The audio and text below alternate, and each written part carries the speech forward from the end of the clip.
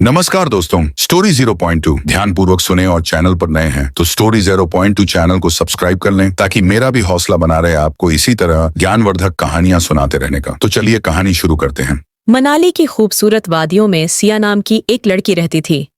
वह सिर्फ 18 साल की थी, लेकिन उसकी जिंदगी एक रहस्य बन चुकी थी। सिया का वजन 120 किलो था और लोग अक्सर उसे उसके शरीर को लेकर ताने मारते थे। वह इन सब बातों की परवाह नहीं करती थी, लेकिन एक दिन उसकी जिंदगी पूरी तरह बदल गई। एक सुबह जब वह डॉक्टर के पास गई तो उसे एक चौंकाने वाली खबर मिली। वह गर्भवती थी। यह सुनकर सिया स्तब्ध रह गई। उसने तो कभी किसी के साथ कोई शारीरिक संबंध नहीं बनाया था। फिर यह कैसे संभव था? डॉक्टरों ने इसे एक दुर्लभ चिकित्सीय स्थिति बताया, लेकिन कोई स्पष्ट उत्तर नहीं दे सके। समाज की आलोचनाओं और परिवार के सवालों से बचने के लिए सिया ने मनाली छोड़ने का फैसला किया। उसने खुद को मानसिक रूप से मजबूत किया और शहर जाकर अपनी नई जिंदगी शुरू की। वहां उसने अपनी बेटी को जन्म दिया और उसे ढेर सारा प्यार दिया। लेकिन एक सवाल उसके दिल में हमेशा बना रहा। अगर वह जुड़वाओं बच्चों की मां बनी थी तो उसका दूसरा बच्चा कहाँ है? 6 साल बाद सिया अपनी बेटी के साथ एक नए और आत्मविश्वास से भरे रूप में मनाली लौटती है। अब वह पहले जैसी नहीं थी। उसने खुद को न सिर्फ शारीरिक रूप से बदल लिया था, बल्कि आत्मनिर्भर भी बना लिया था। जो लोग कभी उसे नापसंद करते थे, वही अब उसकी जिंदगी में वापस आने के लिए बेताब थे। लेकिन सिया का मकसद कुछ और था। उसे अपने दूसरे बच्चे की तलाश थी और यह जानना था कि उसके बच्चों का असली पिता कौन है। यह एक माँ की अटूट शक्ति, संघर्ष और प्यार की कहानी है, जो यह साबित करती है कि माँ का दिल किसी भी रहस्य से बड़ा होता है। सिया के मनाली लौटने की खबर आग की तरह फैल गई थी। जो लोग कभी उसे ताने मारते थे, वही अब उसके करीब आने की कोशिश कर रहे थे। कुछ लोग हैरान थे कि वह अचानक इतनी बदली बदली क्यों लग रही थी, तो कुछ को यह जानने की जिज्ञासा थी कि वह इन 6 सालों में कहाँ रही। लेकिन सिया का ध्यान इन सब चीजों पर नहीं था। वह सिर्फ अपने दूसरे बच्चे को ढूंढना चाहती थी। मनाली में लौटते ही सिया ने अपनी पुरानी सहेली रिद्धिमा से मुलाकात की।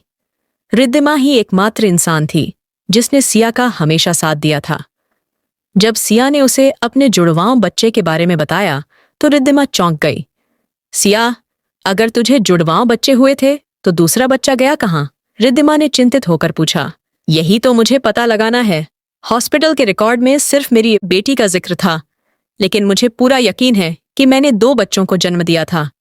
सिया की आंखों में बेचैनी थी। तभी रिद्धिमा को कुछ याद आया। सिया, 6 साल पहले जब तू अचानक गायब हो गई थी, तब मनाली के एक अनाथालय में एक नवजात बच्चा लाया गया था। कोई नहीं जानता था कि वह बच्चा किसका है। शायद। सिया का दिल जोर जोर से धड़कने लगा। क्या वह बच्चा उसी का था? सिया और रिद्धिमा तुरंत मनाली के उस अनाथालय पहुंची। वहां की संचालिका माधवी जी ने उन्हें एक बच्चे की कहानी सुनाई। 6 साल पहले एक आदमी यहां आधी रात को एक नवजात बच्चा छोड़ गया था। हमें आज तक नहीं पता कि वह कौन था और बच्चा कहां से आया था। सिया की आंखों में आंसू आ गए। उसने माधवी जी से बच्चे की जानकारी मांगी। बेटा, वह बच्चा अब यहां नहीं है। उसे एक अमीर परिवार ने गोद ले लिया था। सिया की दुनिया फिर से हिल गई। उसका ही बच्चा, जो शायद जन्म के बाद उससे अलग कर दिया गया था, अब किसी और के पास था। कौन था वह परिवार? मुझे मेरे बच्चे से मिलना है, सिया ने बेताबी से पूछा। माधवी जी ने एक नाम बताया। वह बच्चा रायचंद परिवार ने गोद लिया था। रायचंद, मनाली का सबसे प्रभावशाली और अमीर परिवार। रायचंद परिवार का नाम सुनते ही सिया को कुछ शक हुआ। यह वही परिवार था जिसने उसके बचपन में उसके परिवार को बहुत परेशान किया था। सिया अब मन बना चुकी थी। वह किसी भी हाल में अपने बच्चे तक पहुंचेगी और इस राज से पर्दा उठाएगी। रायचंद परिवार का नाम सुनते ही सिया के मन में हजारों सवाल उठने लगे। क्यों उसके ही बच्चे को इस परिवार ने गोद लिया? क्या यह महज एक इत्तेफाक था या कोई साजिश? इन सवालों के जवाब जानने के लिए उसने रायचंद हवेली जाने का फैसला किया। अगले दिन सिया अपनी दोस्त रिद्धिमा के साथ रायचंद हवेली पहुंची। हवेली के दरवाजे पर खड़े गार्ड ने उन्हें रोक लिया। आप यहां किससे मिलना चाहती हैं? सिया ने गहरी सांस लेते हुए कहा। मुझे राजवीर रायचंद से मिलना है। राजवीर रायचंद इस परिवार का वारिस था। वह शहर का सबसे ताकतवर बिजनेसमैन था और अपने रौबदार व्यक्तित्व के लिए जाना जाता था। कुछ ही देर में हवेली के अंदर से एक लंबा, हैंडसम लेकिन सख्त नजरों वाला आदमी बाहर आया। तुम कौन हो और मुझसे क्यों मिलना चाहती हो? राजवीर ने ठंडी आवाज में पूछा। सिया ने बिना डरे कहा, मैं तुम्हारे परिवार के गोद लिए हुए बच्चे के बारे में जानना चाहती हूँ। राजवीर के चेहरे पर एक पल के लिए असमंजस उभरा, लेकिन फिर उसने खुद को संभाल लिया। तुम्हें इस बारे में कैसे पता? सिया ने सीधा सवाल किया। क्या वह बच्चा मेरा है? राजवीर चुप हो गया। उसकी आंखों में एक पल के लिए असमंजस दिखा, लेकिन फिर वह मुस्कुराया। इसका जवाब तुम्हें आसानी से नहीं मिलेगा सिया, लेकिन हाँ, अगर तुम सच्चाई जानना चाहती हो तो तुम्हें इस घर में कुछ समय बिताना होगा। सिया को अंदाजा था कि यह आसान नहीं होगा, लेकिन अपने बच्चे की तलाश में वह कोई भी शर्त मानने के लिए तैयार थी। उसने राजवीर की शर्त मान ली और रायचंद हवेली में रहने का फैसला किया। रिद्धिमा ने उसे सावधान किया। सिया, यह परिवार बहुत ताकतवर है। अगर उन्होंने सच में तुझे तेरे बच्चे से दूर किया है तो वे तुझे आसानी से जवाब नहीं देंगे। सिया ने दृढ़ता से कहा। मैं किसी भी कीमत पर अपने बच्चे को ढूंढूंगी। रायचंद हवेली में कदम रखते ही सिया को एहसास हुआ कि यह कुछ तो गलत था। नौकर चाकर उसके आने से असहज थे। परिवार के कुछ सदस्य उससे बच रहे थे। रात होते ही सिया को हवेली के एक कोने से हल्की हल्की रोने की आवाज भी सुनाई दी। वह धीरे धीरे आवाज की ओर बढ़ी। यह एक बच्चे की आवाज थी। जैसे ही वह एक कमरे के पास पहुंची और दरवाजे की झिरी से अंदर झांका, उसका दिल तेजी से धड़कने लगा। अंदर एक छोटा सा बच्चा बैठा था, जिसकी शक्ल उसकी बेटी से मिलती जुलती थी। सिया की आंखों से आंसू छलक पड़े। क्या यही उसका खोया हुआ बेटा था? सिया का दिल तेजी से धड़क रहा था। उसने कमरे के अंदर झांका। एक 6 साल का मासूम बच्चा जमीन पर बैठा था, अकेला और उदास। उसकी शक्ल उसकी बेटी से मिलती थी। सिया की आंखें नम हो गईं। क्या यही मेरा बेटा है? वह अंदर जाने ही वाली थी कि तभी किसी के कदमों की आहट सुनाई दी। सिया तुरंत पीछे हट गई और एक खंभे के पीछे छिप गई। राजवीर रायचंद अंदर आया और बच्चे के पास बैठ गया। उसने प्यार से उसके सिर पर हाथ फेरा और कहा, आरव, तुम फिर से रो रहे हो? बच्चे ने आंसू पोंछते हुए कहा, पापा, मेरी मम्मा कहाँ हैं? सबके पास मम्मा होती हैं, मेरी क्यों नहीं? राजवीर ने बच्चे को गले लगाया और धीरे से कहा, कुछ बातें हमें समझने में समय लगता है बेटे। एक दिन सब सच तुम्हारे सामने होगा। सिया यह सुनकर चौंक गई। तो यह सच में मेरा बेटा है, लेकिन राजवीर इसे अपना बेटा क्यों कह रहा है? वह कुछ समझ पाती इससे पहले ही राजवीर ने नौकरों को बुलाया और सख्त लहजे में कहा, आरव इस घर का वारिस है। कोई भी उसके अतीत के बारे में सवाल नहीं करेगा। सिया का गुस्सा बढ़ने लगा। मतलब राजवीर कुछ छिपा रहा है? आखिर यह सच क्या है? अगली सुबह सिया ने तय किया कि अब वह सीधे राजवीर से सवाल करेगी। वह उसके ऑफिस में पहुंची और बिना किसी हिचकिचाहट के बोली, राजवीर, आरव मेरा बेटा है ना? राजवीर ने उसकी तरफ देखा, लेकिन इस बार उसकी आंखों में कोई हैरानी नहीं थी। वह जैसे पहले से ही जानता था कि सिया यह सवाल करेगी। अगर मैं हाँ कहूं तो तुम क्या करोगी? उसने शांत लहजे में पूछा। मैं उसे अपने साथ ले जाऊंगी। वह मेरा बेटा है और मैं उसे इस घर में नहीं रहने दूंगी, सिया ने गुस्से से कहा।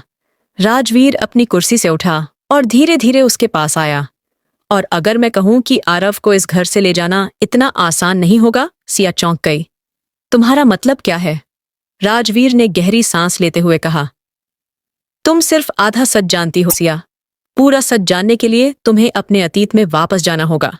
सिया उलझन में थी। आखिर ऐसा कौन सा सच है जिसे मैं नहीं जानती? राजवीर ने उसकी आंखों में देखा और धीरे से कहा, सिया, क्या तुम्हें याद है कि 6 साल पहले तुम्हारे साथ क्या हुआ था? सिया की सांसें थम गईं। 6 साल पहले? मैं गर्भवती थी, लेकिन मुझे कुछ याद नहीं कि मेरे बच्चे के जन्म के समय क्या हुआ था। यही तो राजा है सिया, राजवीर की आवाज गूंजी। तुम्हारे जुड़वाओं बच्चों के जन्म की रात कुछ ऐसा हुआ था जिससे तुम्हारी याददाश्त मिट गई। और इसका कनेक्शन सिर्फ आरव से नहीं, बल्कि तुम्हारे बच्चों के असली पिता से भी है। सिया की आंखें हैरानी से फैल गईं। क्या? मेरे बच्चों के पिता का इस सब से क्या लेना देना है? सिया के दिमाग में हलचल मची हुई थी। राजवीर का मतलब क्या है? मेरे बच्चों के पिता का इस सब से क्या लेना देना? उसने खुद को संभालते हुए राजवीर की आंखों में देखा और सख्त लहजे में कहा, अब और पहेलियां मत बुझाओ राजवीर, सच सच बताओ, मेरे बच्चों के पिता कौन हैं? राजवीर ने एक गहरी सांस ली और कहा, सिया, यह जानने के लिए तुम्हें अपने अतीत के उस हिस्से में जाना होगा जिसे तुम भूल चुकी हो। 6 साल पहले की वो रात। राजवीर ने अपनी जेब से एक पुरानी फाइल निकाली और उसे सिया के सामने रख दिया। सिया ने फाइल खोली और जैसे ही उसने अंदर रखे कागज पढ़े, उसकी आंखें चौड़ी हो गईं। यह क्या है? उसने हकलाते हुए पूछा। यह उस हॉस्पिटल की रिपोर्ट है जहां तुम्हारे जुड़वां बच्चों का जन्म हुआ था। उस रात कुछ ऐसा हुआ था जिसकी वजह से तुम अपनी याददाश्त खो बैठी थी। सिया का दिल तेजी से धड़कने लगा। उसने धीरे धीरे रिपोर्ट पढ़नी शुरू की। मरीज का नाम सिया वर्मा, स्थिति गहरे सदमे में, आंशिक भूलने की बीमारी, गर्भावस्था, जुड़वाओं बच्चों का स्तनों का जन्म। विशेष टिप्पणी, बच्चे को जन्म के तुरंत बाद किसी अज्ञात व्यक्ति ने ले लिया। सिया के हाथ कांपने लगे। क्या मतलब किसी ने मेरा बच्चा ले लिया? कौन था वो? राजवीर ने गंभीर आवाज में कहा। वही इंसान जिसे तुमने अपनी जिंदगी से मिटा दिया था, विवान खन्ना। सिया का दिमाग सुन्न पड़ गया। विवान? ये नाम तो मैं भूल चुकी थी। 6 साल पहले विवान खन्ना उसका सबसे अच्छा दोस्त था, लेकिन उसे नहीं पता था कि विवान उससे सिर्फ दोस्ती नहीं बल्कि उससे जुनूनी प्यार करता था। वह याद करने की कोशिश करने लगी। वह और विवान कॉलेज में साथ पढ़ते थे। वह उसे के हमेशा प्रोटेक्टिव तरीके से देखता था, लेकिन सिया ने कभी ध्यान नहीं दिया। फिर एक रात जब वह हॉस्टल में अकेली थी, तभी कुछ ऐसा हुआ जिससे उसकी पूरी दुनिया बदल गई थी, लेकिन उसके आगे की यादें धुंधली थीं। राजवीर, मुझे कुछ याद नहीं आ रहा। उस रात आखिर हुआ क्या था? राजवीर ने धीरे से कहा। विवान ने तुम पर एक एक्सपेरिमेंट किया था, सिया। क्या? वह एक वैज्ञानिक परिवार से था और उसने तुम्हारे शरीर पर एक ऐसी दवा का इस्तेमाल किया जिससे बिना किसी शारीरिक संपर्क के भी तुम गर्भवती हो सकती थी। वह तुम्हारे साथ एक क्रांतिकारी मेडिकल प्रयोग कर रहा था, लेकिन तुम इस सच्चाई से अनजान थी। सिया को ऐसा लगा जैसे उसके पैरों तले जमीन खिसक गई हो। मेरे बच्चों के पिता विवान हैं? राजवीर ने सिर हिलाया। हाँ, और उसने तुम्हारे एक बच्चे को जन्म के समय ही अपने साथ ले लिया था। सिया की आंखों में आंसू आ गए। तो मेरा बेटा आरव शुरू से ही मेरे पास नहीं था? राजवीर ने कहा। नहीं, तुम्हारे बेटे को किसी और को देने की साजिश थी, लेकिन मैं बीच में आ गया और मैंने उसे अपने पास रख लिया। सिया को अब समझ आ रहा था कि क्यों राजवीर ने आरव को अपना बेटा बनाया। अब क्या होगा? सिया का खून खौलने लगा।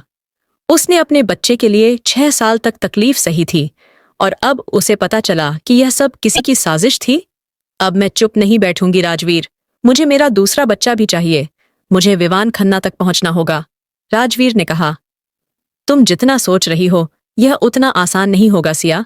विवान अब सिर्फ एक आम इंसान नहीं है, वह अब दुनिया का सबसे बड़ा मेडिकल रिसर्चर है और उसने अपना बेटा कहीं छिपा दिया है। सिया की आंखों में गुस्से और दर्द का तूफान था। अब खेल मैं खेलूंगी विवान, मैं किसी भी हालत में अपने बेटे को वापस लाऊंगी। सिया की आंखों में आंसू थे, लेकिन इस बार वह कमजोरी के नहीं बल्कि बदले और हक की लड़ाई के थे। अब उसे सिर्फ एक ही चीज चाहिए थी, अपने बेटे को वापस लाना।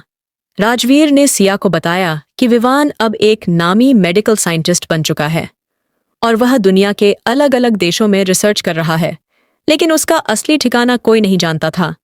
सिया ने गहरी सांस लेते हुए कहा, कोई भी इंसान कितना भी ताकतवर क्यों न हो, वह पूरी दुनिया से नहीं छिप सकता।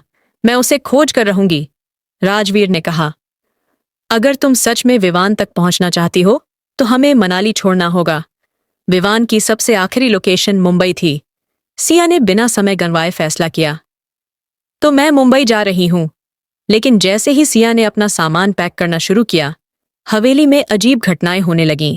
पहली घटना, किसी ने रात के अंधेरे में सिया के कमरे में घुसने की कोशिश की, लेकिन वह बच गई। दूसरी घटना, सिया की कार के ब्रेक फेल हो गए, लेकिन राजवीर ने समय पर उसे रोक लिया। तीसरी घटना, एक अनजान नंबर से सिया के फोन पर मैसेज आया, अगर अपने बेटे की जिंदगी चाहती हो तो उसे ढूंढने की कोशिश मत करो। सिया का गुस्सा और बढ़ गया। इसका मतलब सिर्फ विवान ही नहीं, कोई और भी नहीं चाहता कि मैं अपने बेटे तक पहुंचूं। रात में जब सिया अकेली बैठी सोच रही थी, तभी अचानक कमरे का दरवाजा खुला। रिद्धिमा अंदर आई, लेकिन इस बार उसकी आंखों में डर था। सिया, मुझे तुमसे कुछ कहना है, सिया ने पूछा। क्या हुआ? बॉस कांप रही थी। सिया, ये सब सिर्फ विवान की चाल नहीं है, कोई और भी है जो चाहता है कि तुम अपने बेटे से दूर रहो। सिया ने चौंक कर पूछा। कौन? रिद्धिमा ने हकलाते हुए कहा। राजवीर। सिया को एक झटका लगा। राजवीर? लेकिन उसने तो मेरी मदद की, फिर वह ऐसा क्यों करेगा? रिद्धिमा ने कांपते हुए कहा। तुम्हें याद है कि उसने कहा था कि उसने तुम्हारे बेटे को बचाया? लेकिन सच तो यह है कि उसने उसे अपने पास इसलिए रखा, उसे अपनाना चाहता था। सिया को यकीन नहीं हो रहा था। अगर यह सच है तो मुझे यह खुद ही देखना होगा। सिया ने रात में राजवीर के कमरे की तलाशी ली। वहां उसे एक लॉकर मिला। जब उसने उसे खोला तो अंदर कई डॉक्यूमेंट्स रखे थे। उनमें से एक फाइल पर लिखा था, Aarav Raichand legal guardianship document. Siya के हाथ कांपने लगे। मतलब राजवीर सच में आरव को अपनाने वाला था? ठीक उसी वक्त दरवाजे पर कदमों की आवाज सुनाई दी। राजवीर अंदर आया और उसे फाइल के साथ देखकर ठिठक गया। तुमने ये कैसे पाया? उसने गुस्से से पूछा। सिया ने तेज आवाज में कहा। क्या यह सच है राजवीर? तुमने मुझे मेरे ही बेटे से दूर रखने की साजिश रची? राजवीर चुप था, लेकिन उसकी आंखों में कोई पछतावा नहीं था। अब क्या करेगी सिया? अब सिया के सामने दो दुश्मन थे, विवान जिसने उसके बेटे को उससे छीन लिया था, और राजवीर जिसने उसे अपनाने की साजिश की। अब मैं किसी पर भरोसा नहीं करूंगी, उसने खुद से वादा किया। मैं अकेले अपने बेटे को ढूंढूंगी और इस बार कोई मुझे नहीं रोक सकता।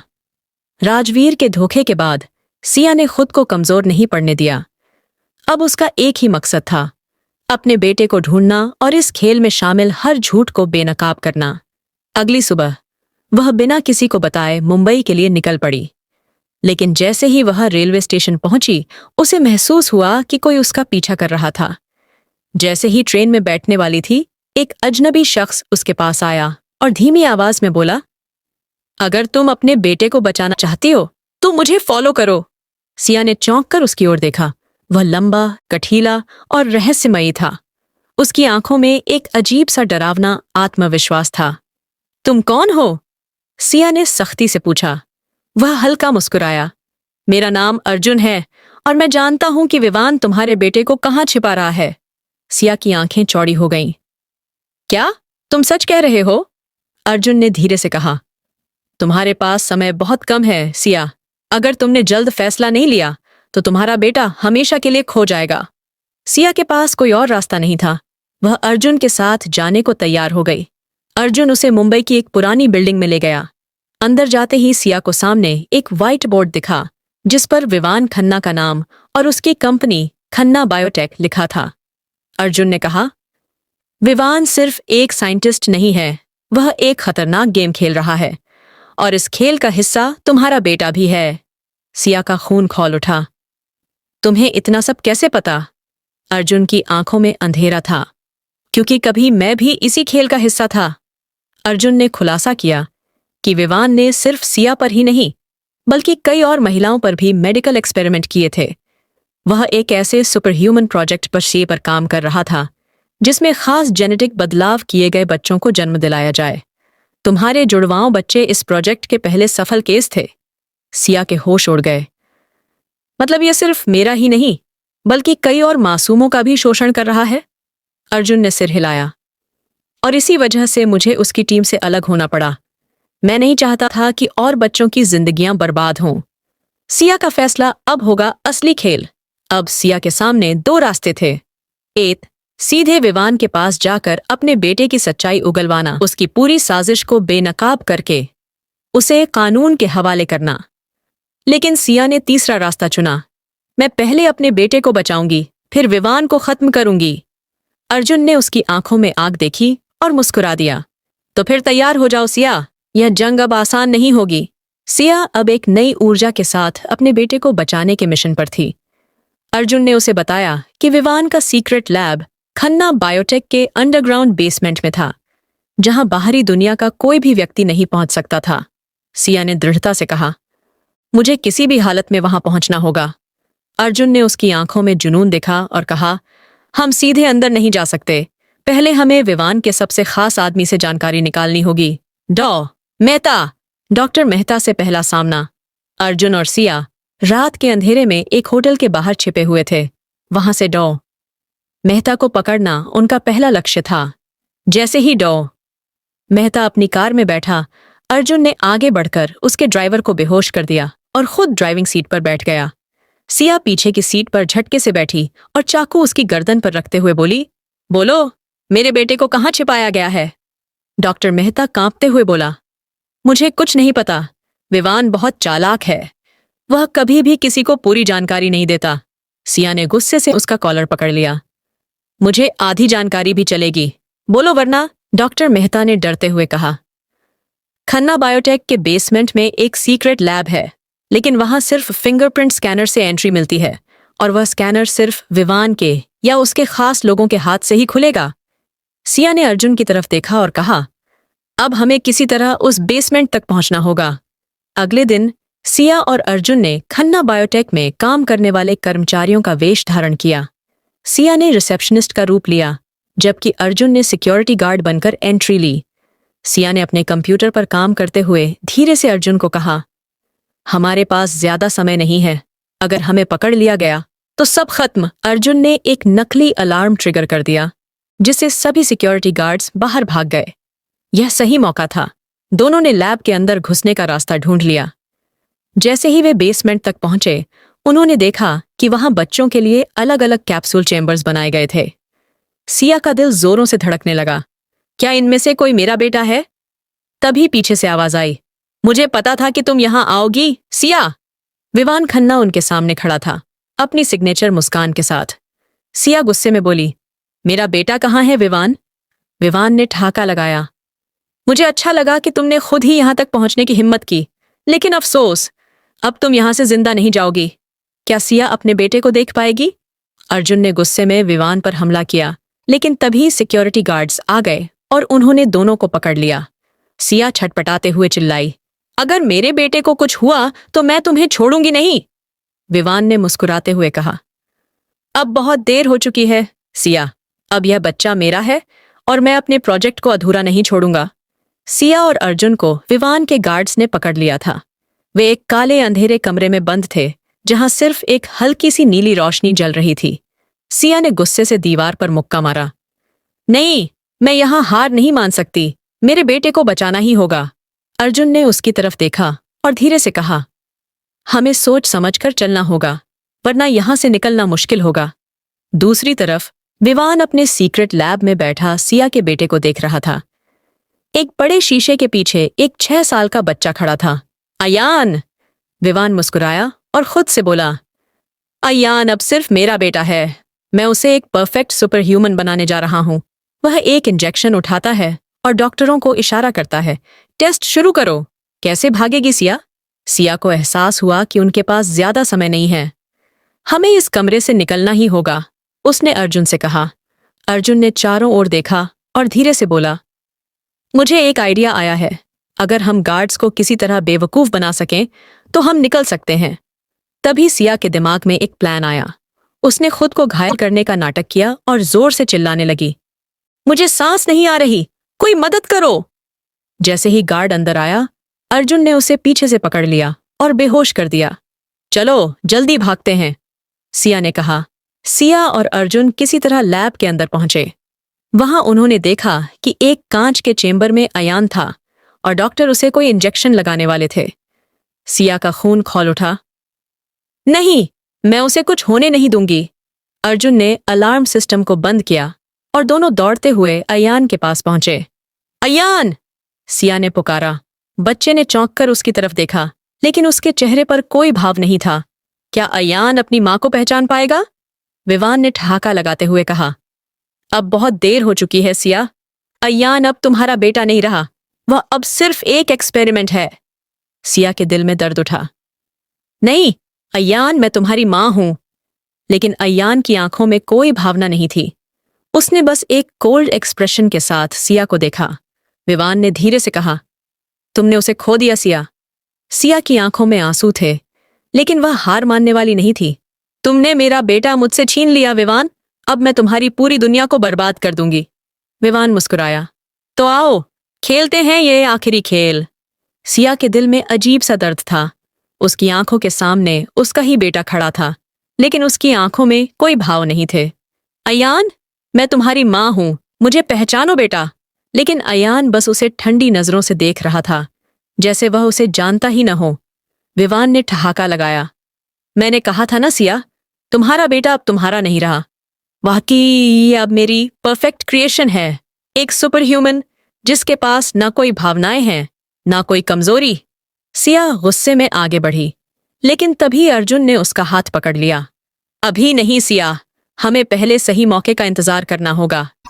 सिया ने गुस्से से अर्जुन की तरफ देखा। तुम हमेशा कहते हो कि सही समय का इंतजार करो, लेकिन हर सेकंड मेरे बेटे को मुझसे और दूर कर रहा है। अर्जुन ने गहरी सांस ली और कहा, क्योंकि मैं जानता हूं कि विवान को हराने के लिए सिर्फ गुस्सा काफी नहीं होगा। सिया को पहली बार अर्जुन की आंखों में दर्द दिखा। तुम इतनी बातें क्यों कर रहे हो अर्जुन? क्या तुम्हारा भी इस एक्सपेरिमेंट से कोई रिश्ता है? अर्जुन चुप हो गया। विवान ने उनकी बातें सुन ली थीं और हंसते हुए बोला, अर्जुन ने तुम्हें नहीं बताया सिया कि वह भी मेरे इसी एक्सपेरिमेंट का हिस्सा था? सिया ने चौंक कर अर्जुन की तरफ देखा। ये क्या कह रहा है विवान? अर्जुन ने सिर झुका लिया। यह सच है सिया, मैं भी विवान के साइंटिफिक एक्सपेरिमेंट का पहला टेस्ट सब्जेक्ट था, लेकिन मैं भाग गया था क्योंकि मैं इंसान ही बना रहना चाहता था। सिया को झटका लगा। तो तुम भी एक सुपर ह्यूमन हो? अर्जुन ने धीरे से कहा। हाँ, लेकिन मैं कभी नहीं चाहता था कि और किसी मासूम बच्चे के साथ वही हो जो मेरे साथ हुआ, इसलिए मैं वापस आया तुम्हारी मदद करने। सिया ने अपने आंसू पोंछे और खुद को संभाला। अगर तुमने खुद को इस अंधेरे से निकाला है अर्जुन, तो मैं भी अपने बेटे को बचाकर रहूंगी। अर्जुन ने सिर हिलाया। तो चलो इसे खत्म करते हैं। अर्जुन ने लैब की इलेक्ट्रिक सप्लाई को शॉर्ट सर्किट करने का प्लान बनाया। जैसे ही पावर कट होगा, वे अयान को लेकर वहां से भाग सकते थे, लेकिन विवान उनकी चाल समझ गया। क्या तुम सच में सोचते हो कि मैं तुम्हें इतनी आसानी से जीतने दूंगा? विवान ने एक बटन दबाया और अयान के चेंबर में एक गैस भरने लगी। अगर तुम उसे यहां से निकालने की कोशिश करोगी, तो ये गैस उसकी सारी यादें पूरी तरह मिटा देगी। सिया की आंखों में डर था। नहीं, मैं ऐसा नहीं होने दूंगी। अब सिया के पास सिर्फ दो ही रास्ते थे, या तो वह अयान को तुरंत वहां से निकालने की कोशिश करे और रिस्क ले, या फिर कोई और तरीका ढूंढे जिससे वह उसे बिना नुकसान पहुंचाए बचा सके। मैं कुछ भी करूंगी, लेकिन अपने बेटे को नहीं खोऊंगी। सिया ने खुद से वादा किया। मैं ऐसा नहीं होने दूंगी। अब सिया के पास सिर्फ दो ही रास्ते थे, या तो वह अयान को तुरंत वहां से निकालने की कोशिश करे और रिस्क ले, या फिर कोई और तरीका ढूंढे जिससे वह उसे बिना नुकसान पहुंचाए बचा सके। मैं कुछ भी करूंगी, लेकिन अपने बेटे को नहीं खोऊंगी। सिया ने खुद से वादा किया।